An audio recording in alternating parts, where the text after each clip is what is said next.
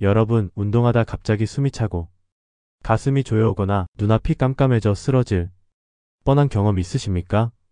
그걸 단순히 피곤해서 그렇겠지 하고 넘기셨다면 정말 위험합니다.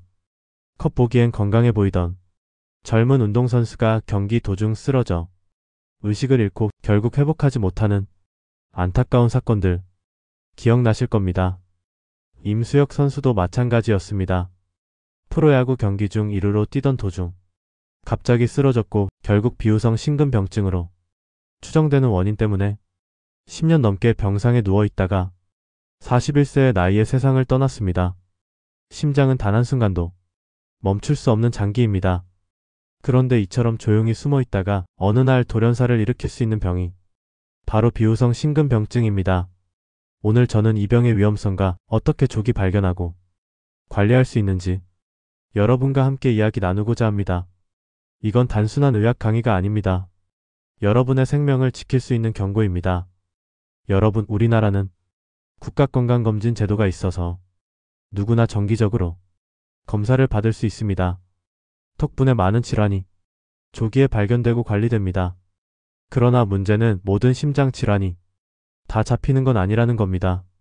특히 비후성 심근병증은 기본 건강검진의 심전도 검사만으로는 놓치기 쉽습니다. 왜냐하면 심전도는 10초 남짓한 순간의 전기 신호만 기록하기 때문에 일시적으로 나타나는 이상은 보이지 않을 수 있고 심장 근육의 두께의 같은 구조적 문제는 확인하기 어렵기 때문입니다. 저는 환자분들에게서 이런 이야기를 자주 들었습니다. 운동만 하면 숨이 차고 답답했는데 그냥 체력이 약한 줄 알았어요. 젊을 때부터 가끔 가슴이 쿡쿡했지만 대수롭지 않게 넘겼습니다. 그러다 뒤늦게 심초음파 검사에서 비후성 심근병증을 발견하는 경우가 많습니다. 무서운 건 이 병이 유전적 요인이 크다는 점입니다. 부모 중 한쪽이라도 관련 유전자 변이가 있으면 자녀에게 약 50% 확률로 전해질 수 있습니다.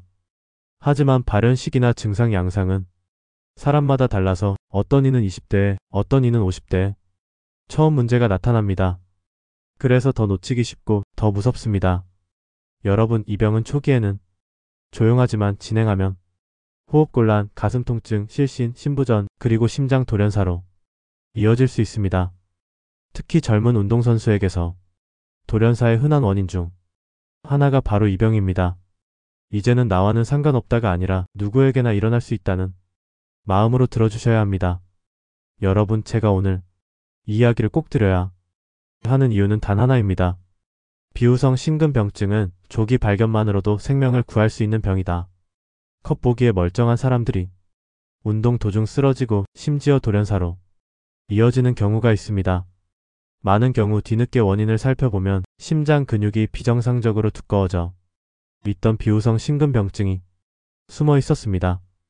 저는 수십 년간 진료실에서 이런 환자분들을 만나왔습니다.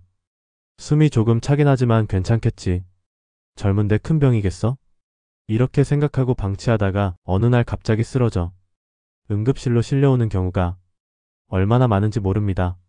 하지만 반대로 정기검진이나 심초음파 검사에서 조기에 발견한 분들은 다릅니다. 약물치료, 생활관리, 필요시 시술이나 수술을 통해 큰 사고를 미연에 막을 수 있습니다. 최근에는 마바캄텐캄지오스 같은 신약도 등장했습니다. 병의 원인에 직접 작용해 증상을 완화하고 운동 능력을 개선하는 치료제입니다. 2023년부터는 건강보험이 적용돼 치료비 부담도 줄었습니다. 즉, 이 병은 무섭지만 조기 발견만 하면 관리 가능한 병입니다. 여러분, 저는 의사로서 확신합니다. 심장 건강은 미리 점검하는 사람의 것이고 방심하는 사람을 결코 기다려주지 않는다. 그렇다면 왜 이 병을 절대 가볍게 넘겨선 안 되는 걸까요? 크게 4가지 이유가 있습니다. 심장 근육의 두꺼운 비후성 심근병증은 좌심실 벽이 두꺼워져 혈액을 충분히 내보내지 못하는 병입니다. 눈에 보이지 않지만 그 두께 때문에 심장이 과부하에 시달립니다.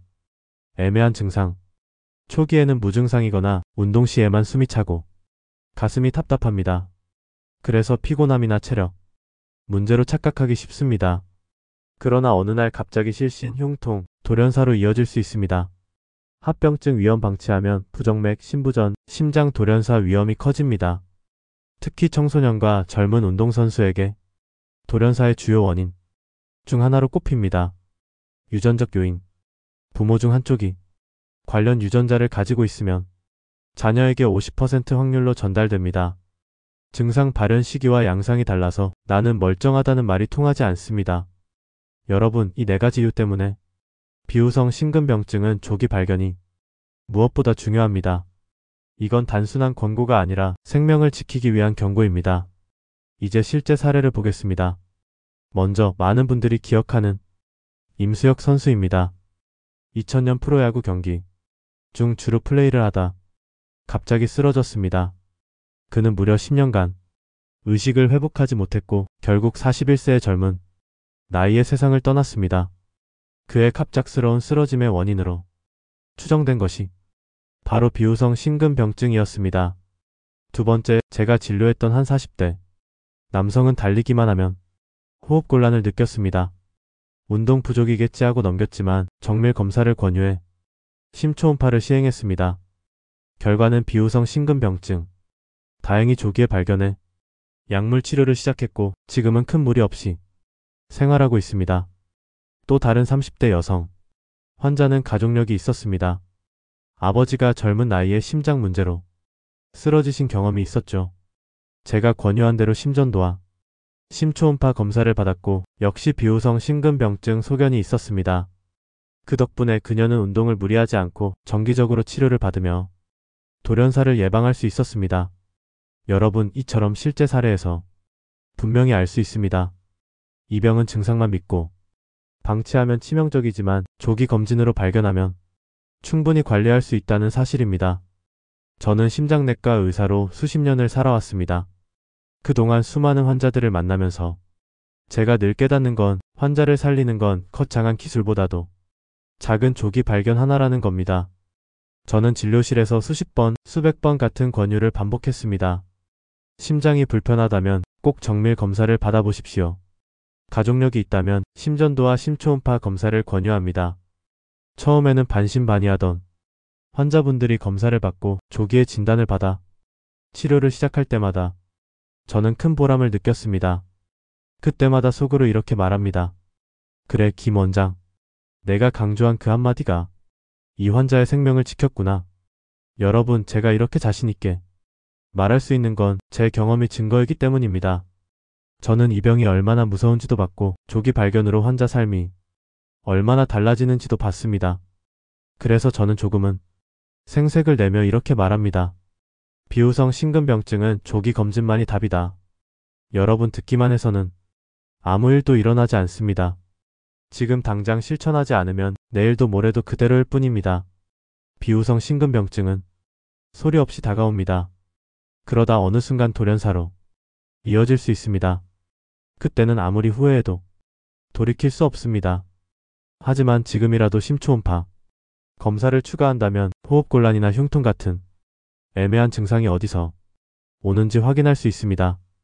가족력이 있는 분이라면 더더욱 반드시 검사를 받으셔야 합니다. 여러분, 저는 수많은 환자들이 그때 검사를 받았더라면 하고 후회하는 모습을 보았습니다. 여러분은 그런 후회를 남기지 마십시오. 오늘 바로 행동하는 것, 그것이 여러분의 생명을 지키는 길입니다. 이제 제가 드리는 구체적인 제안을 정리해드리겠습니다. 심장 건강을 지키기 위한 실천 처방전입니다. 정기검진 기본 항목은 꼭 받으십시오. 심전도만으로도 기초적인 이상은 잡을 수 있습니다. 심초음파 검사를 고려하십시오. 특히 가족력이 있거나 호흡곤란 흉통 실신 경험이 있는 분들은 반드시 필요합니다. 생활관리를 병행하십시오. 격한 운동을 피하고 혈압과 체중을 관리하며 술과 흡연을 줄이십시오. 가족검진을 잊지 마십시오. 비후성 심근병증은 유전적 질환이므로 직계가족은 반드시 검사를 받아야 합니다. 신약치료와 최신지견을 믿으십시오. 마바캄텐 같은 약제는 증상을 개선하고 환자 삶의 질을 높이는데 큰 역할을 하고 있습니다. 여러분, 심장은 하루도 멈추지 않고 여러분을 위해 뛰고 있습니다.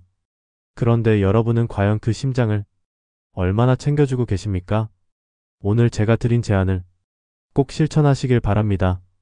그것이 여러분의 삶을 지키는 가장 확실한 방법입니다. 오늘도 시청해주셔서 감사합니다.